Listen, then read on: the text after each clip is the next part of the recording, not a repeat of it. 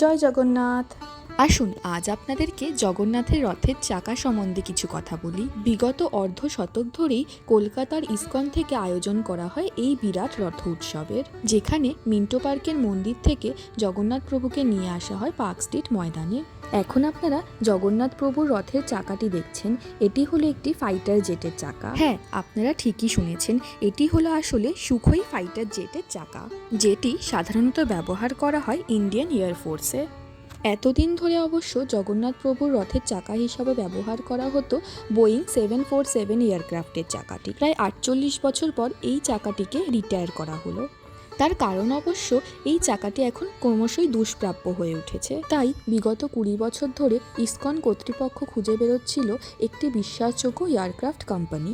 অবশেষে তারা বেছে নিলেন সুখোইয়ের ফাইটার জেটকে, যিনি জগতের সকলের ভার বহন করেন। তার রথের ভার বহন করা তো অত চারটিখানি কথা না, তাই না? তাই 1 জুন 2025 থেকে এই চাকাটিকে লাগানো হলো জগন্নাথ প্রভুর রথে। এয়ারক্রাফটের চাকাকে এইভাবে ব্যবহার করার নিদর্শন বোধহয় এই প্রথম। জয় জগন্নাথ।